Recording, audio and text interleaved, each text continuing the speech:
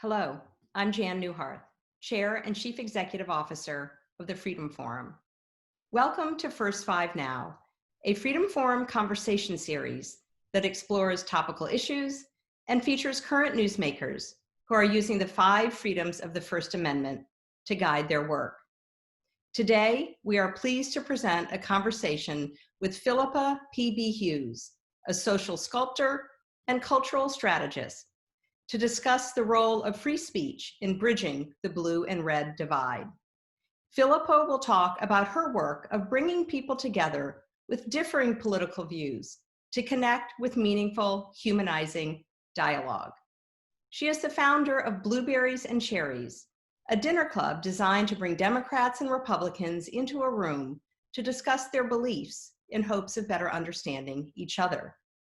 She expanded her events across the country into Looking for America, which hosts art events and conversations in which people discuss what it means to be American. This program is brought to you by the Freedom Forum, which fosters First Amendment freedoms for all. Our vision is an America where everyone knows, understands, values, and defends the freedoms of religion, speech, press, assembly, and petition. And now please welcome our moderator, Patty Rule.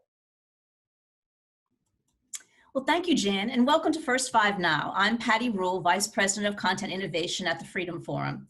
Well, during this pandemic era holiday season, families and friends are gathering around Zoom screens or actual dining room tables to celebrate. And that can sometimes mean heated political conversations, especially so soon after a highly polarizing election season. While many people may try to avoid these conversations, our guest today has actually sought to bring politically divergent groups together to break bread. As Jan noted, Philippa P.B. Hughes is a social sculptor, a cultural strategist, and a Washington-based arts activist. She is the founder of CuriosityConnects.us and has designed and produced hundreds of creative activations since 2017 for people to engage with art and each other in unconventional but meaningful ways. Welcome, Philippa. Hi, thank you. Well, the last time we met, it was Election Day in Lancaster, Pennsylvania, so it's good to see you without your mask. Can you tell us a little bit about tell us a little bit about how you got started in this business of trying to get people across the political spectrum to talk to each other in a really powerful way? You know, it kind of started as an accident. After the 2016 election, I was very frustrated, like a lot of people in my circle, my blue circles. But, you know, a lot of my friends kind of curled up into a catatonic ball, but I was like, I've got to like figure this out. I don't understand. And I was very curious about what people thought. And so I started inviting people who voted for Trump over to my house for dinner. I just made dinner for them and said, in exchange for eating at my table, you know, you have to answer all of my questions because I want to ask you a lot of questions.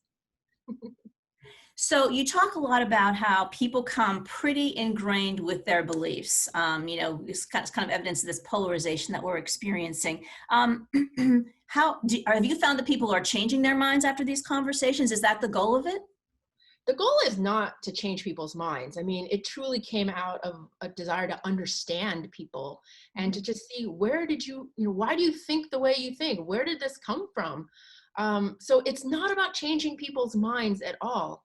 And it's just an opportunity to ask questions, understand, and to humanize and maybe even build a little empathy for each other. Mm-hmm. What does it mean to be a social strategist? Well, so I call myself a social sculptor. Okay. It's actually a term that I stole from an artist named Joseph Beuys. He was working mostly in the 70s, 60s, 70s, and he called himself a social sculptor. He would create spaces in which people could interact and form relationships, and the artwork would not be complete until people actually started interacting with each other, and then also with the end goal of making the world better through those interactions. And so I thought, you know what, that's what I want to do. I want to create more and better relationships and make the world better while I'm doing it. So Cherries and Blueberries started out in your home, as you talked about, after the election, but that branched into a much bigger a project. Tell us about how that produced what you're doing today. Well, after that first dinner in which I made a blueberry and cherry crisp that became like a purple goo, I just kept doing that over and over because I just realized like people were hungry for these kinds of conversations. So I had a lot of small dinners at my house over and over, learned a lot along the way, and did that for a couple of years until I curated an art show called A Good American. And it asked the artists to answer that question, like, what does it mean to be a good American? And I invited 50 people from across the political spectrum. So it was no longer just like Trump voters versus Trump haters. It sort of reflected the complexity of our political system. And it was amazing. It was the first chance, it was the first time I realized, wait a minute, like I work in the arts, I should use art as a way to spark conversation, frame conversations, create conversations. So that led to this national project, which is called Looking for America. So what I did was I went around the country curating art shows in communities everywhere, asking people, what does it mean to be American in your community? And organizing these large dinners. And it really changed my whole outlook on, polarization in America. That sounds really powerful. Can you tell us some of the things that people have shared at these arts conversations? Oh, wow. Yeah, they've shared so many interesting things. And it's not just, well, I mean, I think what you meant was like, what are the kinds of things they've spoken about? But Mhm. I wanted to mention that, one of the things that we ask people to do is to bring an object to the dinner that they can tell a story about, that talks about sort of their American experience. So giving people the opportunity to tell a personal story through an object, because it's kind of a way to ease into the conversation. And I bring that up because it's really important to have those kinds of conversations first before you start talking about politics. Like, politics should not be like the very first thing you talk about when you meet somebody, but it's important to talk about. There's no question. It does affect our lives. So people brought in the most amazing objects. When we went to Alaska, people brought in everything from a mukluk to a tomato, like an actual tomato. So that was really cool. But people, once they start sharing in that way, then they can share stories that led to their personal beliefs, their political beliefs, a little easier. Because when you throw facts and figures at people, that doesn't really make the conversation more interesting, or even doesn't really reveal anything about you when you're just throwing talking points and facts. But when you start sharing your personal stories and how those things made you believe the things you believe today, that's when we can have a real conversation. And are you finding when you're having these conversations that people are less defensive? It seems like our atmosphere today is so defensive. People are, you're either wrong or you're right. You're an idiot if you believe this, and et cetera. I know, it's just so frustrating. And yeah, I mean, that's the whole point of telling the stories instead of the talking points, is because, if I tell you my story can't be right or wrong. This is just the story that I'm telling you about, a thing that actually happened to me. So yeah, I do think that, framing these conversations in those personal ways does take it away from right and wrong. And that's why I think the conversations have improved through this method. So you're really bridging, a political gaps, conversation gaps that is something that's clearly needed in this country. How do you what's your secret to getting people from these disparate groups to come together for a conversation? Obviously the food and your blueberry cherry crisp is a draw, which you'll have to share the recipe with us. But what, how do you do that? It is really, it's hard to attract people because people are afraid to enter the conversations because they think they're going to get yelled at, basically, and called stupid.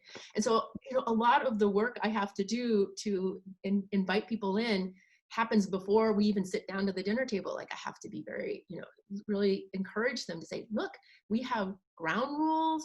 We're creating a space. Like, I mean, essentially, the art piece is not just about hanging things on the wall and saying, look at this art. The art piece is the space itself. It's sort of like, when you go to the theater and they dim the lights and the curtains open, you're like creating a whole different world that we're going to enter into that says we can have conversations like this. Whereas out in that world, beyond those doors, hey, people are yelling at each other, calling each other stupid. But in here, in this art space, it's going to be different. You're going to be able to share your authentic feelings and hear authentic things as well. That's interesting that you say that people are feeling a little bit nervous about, the First Amendment, one of the most beloved freedoms that we have in the First Amendment is that right to speak freely, even very critically about our government without Congress or anybody saying you can't do it. But people with cancel culture today, are you finding people are feeling they're sort of self-censoring? Absolutely. And it's so frustrating because, it's like people are self-censoring because they're being shamed into not being able to express their views. And that has been a real detriment to having better political conversations. And the fact is that, I think that we should stand up. We should be able to have principled conversations. And so that's why I want to create these spaces to say, having these kind of conversations doesn't mean that you have to give up your ideals and your beliefs. In fact, it's encouraged for you to continue to express all of those things. And it's encouraged for all of us to be listening and understanding each other when we express those things. So the spaces that I'm creating are specifically to say cancel culture does not exist here. Mm-hmm. You talk about the industrial polarization complex, which I think is a great term, and the role that social media plays in that. Can you tell us a little bit more about what that means? So I call it the polarization industrial complex, and it's not just social media. The idea behind it is that there are entities out there who profit from keeping us polarized from each other. Mm-hmm. And so in my view, it's almost all media, and it's also politicians, like they gain power from keeping us polarized. And we as citizens have to resist that.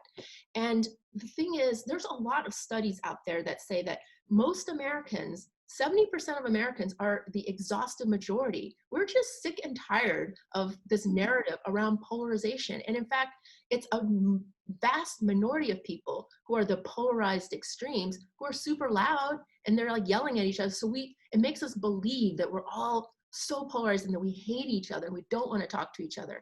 Whereas my anecdotal experience says that people want to talk to each other and are looking for the spaces to do this. And we have to resist the people and entities that gain from keeping us polarized from each other. But obviously there's money to be made in polarization, as we've seen in sort of media entities that are on either side of the spectrum. Fox News certainly got a lot more viewers during this past presidential season and all. But how do you do that? It's really tough to avoid. It's so hard. It's just so hard. For me, I love social media, and the way I think about it is like it can be used as a force for good or bad, and I choose to use it as a force for good. And so I just, it does take a lot of self-control and restraint and sort of awareness of what's happening to you when you engage in it too deeply, and to be seeking out different sources of information. Like, it is up to us, and I think we need to be sort of, dare I say, less lazy about how we consume media and how we exist with each other in the world. Like I think it's going to require us to be more active, proactive in the kinds of information that we're consuming and the way we engage with each other. Yeah, our education team at the Freedom Forum does a lot of work with media literacy, and you just hit it right on the nail of the head. Don't just accept everything that you see as true just because you see it on the interwebs. It's just not always the case. You have to be an educated consumer about the information you're getting. Yes, that's right. I feel like we do more research on, the kind of TV that we're gonna buy instead of what we're actually watching on the TV. Absolutely true. Absolutely true. So, Philippa, you identify as a liberal in a family of conservatives. Tell me about your holiday season and how that's going. I have a very conservative family. They vote differently for me almost all the time. And we've had a lot of clashes, and so I have to say the pandemic has been great because I don't I have an excuse to not go home for the holidays. So I have to admit, I have been a little bit lazy in that respect, because it is harder to talk to your own family than it is to talk to strangers when it comes to these difficult topics. It just is, and we all know that. Mhm. But when I do have to talk to them, you know, I have a couple little methods that I try to deal. One is I kind of like just try to be an anthropologist when I'm like, Mhm. not just with them, but in general. I'm like, and just try to get really curious, like, now tell me about that, like kind of be like a scientist in a way. I don't know why, but that just kind of helps me. But I also feel like just I try to remind myself that these are people like that's my family. Like, we have gone on vacations, we have summer, we go on these summer activities together. Like, we have fun together. Like, think about all the fun you have with these people, and try to keep that as part of the way you're viewing them when you're having these difficult conversations. No, it's really good advice. And I think you also have a tip about, like, if it gets too heated, take a break, take a walk, do something. Just take a break and take a walk. Like, you don't have to keep leaning in. It's like, I feel like sometimes people just feel like they've got to make their point. It's like, maybe you don't actually. Like, whatever. It's Thanksgiving. It's okay. We can be It's forgiving, okay. so, Philippa, tell me about, the First Amendment and its role in the work that you do. I mean, it's kind of interesting. And, like we were kind of saying earlier, is that this idea that people should be able to speak freely. And so, in the sense that in directly in the work that I do, it's about creating that space so that we can speak freely. But another thing I've been thinking about, I- in terms of like why the First Amendment is my favorite amendment, is, conceptually speaking, it's the amendment that gives us the ability to make change in the world, to actually say to our government, that gives us the freedom to say to our government, I don't like what you're doing, and here's why, and I want you to change. Like, it makes me feel very powerful. And so, like, kind of organizing these conversations also, makes me feel powerful in that same way. Like, it's my it's my activism. This is how I'm going to change the world, and I'm free to do it. And we're free to speak about how we feel about how our government treats us and how our government um, responds to our demands. It's huge. It's a pretty amazing power, and so many other countries don't have this wonderful amendment that we have, that we too often take for granted. Yes, I think that's right.